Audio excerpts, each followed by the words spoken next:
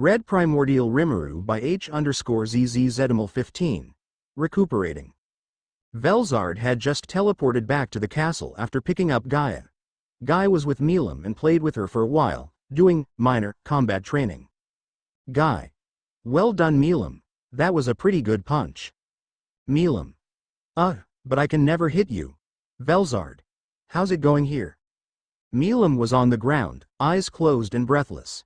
Gaia looked very relaxed and waved at Velzard. Milam. Gaia, thanks for picking him up, Aunt Velzard. Velzard. No worries, I'm sure he was getting lonely without you. Gaia. So I guess this means you'll be officially staying over with us, right? Milam. Yeah, Velzard. Really, Milam. I don't really like Uncle Rudra and I could never do combat training and... Milam started to stutter and get depressed, and Velzard immediately went up to her and hugged her tight. Velzard. It's okay, you can stay with us. Milam. Really? Velzard's sharp gaze cut into my heart, so I affirmed Velzard's words. Gaia. Yeah, you're free to stay here anytime and for as long as you want. Milam. Yay. Gaia sighed and contemplated the peace and quiet he had before, just for a little. The trio went up the castle to enjoy some lunch. Rain was waiting and greeted Milam, who ran into the dining area instantaneously and damaged the door. Rain. Hey Milam. Milam. Hey Rain Oni-chan. Rain. Tee-hey-hey-hey. The three sat at the circular table. As Rain overshadowed Gaia, Misery came out with food. She had to carry some with magic since someone forgot to help out. Misery shot glares at Rain, who closed her eyes and smiled as usual. Milam. Rain-ne-chan, won't you join us? Rain. Sure, of course I can, Milam. Without waiting for Gaia's approval, Rain materialized another chair and sat at the table with everyone else. She motioned for Misery, who could do nothing but sigh, to bring her a serving of lunch. Gaia wanted to protest but stopped after thinking that Milam will be disappointed. Milam observed her meal. Spaghetti bolognese with some chili and extra cheese, a few juicy meatballs, a sparkling grape soda, and Misery. Salad. Milam. Salad? Velzard. It's good to have something healthy, Milam, or you won't grow big and strong. Milam. Will I be able to beat Gaia? Velzard. Yes, of course you can. Another wave of glares met up with Gaia, who sighed once again and begun eating his spaghetti.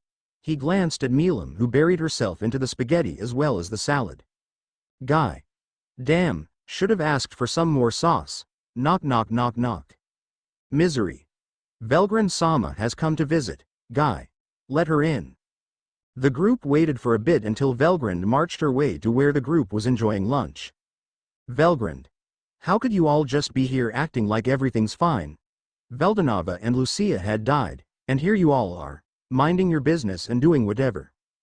Gaia. Yeah, we can do whatever we want because this is my house, so shouldn't you mind your own business? Velzard. Gaia. Yep. Got it. Velzard. Velgrind, we all have our own ways of mourning. Besides, Milam's here and she's the one who needs the most guidance right now. Velgrind. Sigh. Well, Rudra's not doing too good. Losing Lucia broke him considerably, so he's in a spin of his own right now. He's still pretty mad none of you showed up beforehand to help out. Gaia. What? But I just told him it's because Veldora and Lucia wanted it to be this way. Velgrind. Velzard. I don't think you're trustworthy enough in Rudra's eyes. Gaia. I guess, makes sense. I did turn his teacher into a plushie pretty much. Velzard. Plushie. Gaia. I'll tell you later. Milam. That was a good meal, thanks Rain-ne-chan. Rain. You're welcome. You can have a meal here anytime. Misery. But I cooked all the meals. Goddamn it, Rain. Gaia. So what do you want me to do with Rudra anyways? Velgrind. I don't know, I'm not sure either. Velzard. Maybe a distraction. Milam. Oh, a game. Everyone looked at Milam and wondered if she understood the conversation. Milam. My mom and dad used to play games with me and it helped distract me when they hid the candy jar from me every time. Gaia. That's not a bad idea.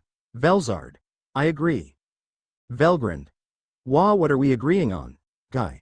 The jerk keeps picking a fight with me, so I guess I could entertain him just for you. Velzard. Well, he has been coming here just to fight from time to time. Guy. I remember now. I think it's around this time, or earlier, when the original guy started a game with Rudra. But who suggested it? I think it's probably Rudra since he was the loser for a while. Guy. Tell Rudra we'll be playing a game. Actually, just give him this proposal for me. Guy handed a cylindrical container to Velgrand. It contained the game and its rules on paper. Velgrand protested, but after being beckoned by Velzard, she relented and left to deliver the proposal. Guy. Hee. Velzard. So what's that proposal you're giving to Rudra? Guy. Since we're rulers of nations, we have lots of pawns, don't we? What's better than to use everything in our disposal to win? Velzard. But you can take out the entirety of Rudra's forces easily by yourself. Guy. That's why I'll be limiting myself. I won't directly fight with his forces as Guy Crimson. Velzard. That sounds like a whole lot of loopholes. Guy. Right? Velzard. Milam. Uncle Guy, can I play too? Guy. Sure, in fact, maybe we should ask Ramiris to join too. Milam. Ooh yay, thanks, you're the best Uncle Guy.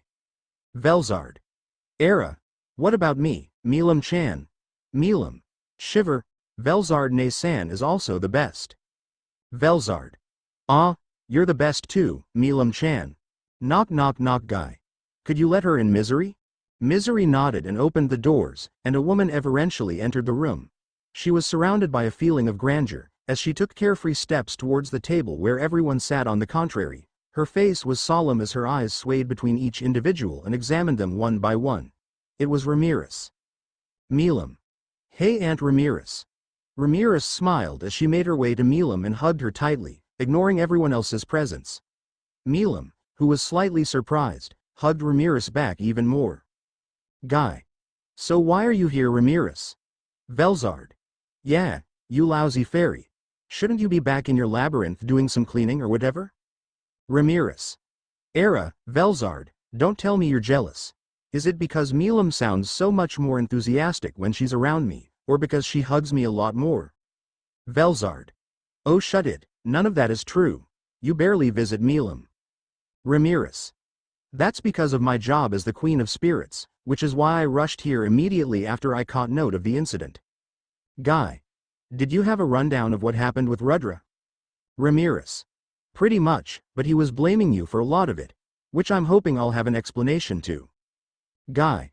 Yeah, of course. Feel free. We'll chat over tea. Milam. Can I join? Guy. No Milam, the adults need to have a private discussion. Ramiris. We'll be quick with this boring discussion, and then we'll have another secret meeting with you. Milam. Okay. Guy. Do you mind, Velzard? We'll just go through the same things that you've heard about. Velzard. It's fine. Short intermission. As Guy and Ramiris were left alone at the balcony, a firm discussion began. Ramiris sat cross-legged and regally carried a teacup to her mouth, sipping gently. Ramiris. This tea is a nice blend. Guy. Yes, we went around the world and got a variety of souvenirs. Ramiris. I should come over more. Guy. Damn, was this really Ramiris before she turned into a tiny pixie? Ramiris. I think I've got the gist of it. Guy. What? Ramiris. Anyways, do you have a guest room? It's pretty lonely in the labyrinth and I'd appreciate having a place to hang out. Guy. Yeah. Sure. Ramiris. Don't worry, I'll help look after Milam. Velzard's probably not raising her right, so a responsible adult has to help out. Velzard's intuition starts tingling. Guy. Okay, thanks I guess. Misery will lead you to a room, so just follow her. Ramiris. Thanks a lot, Guy.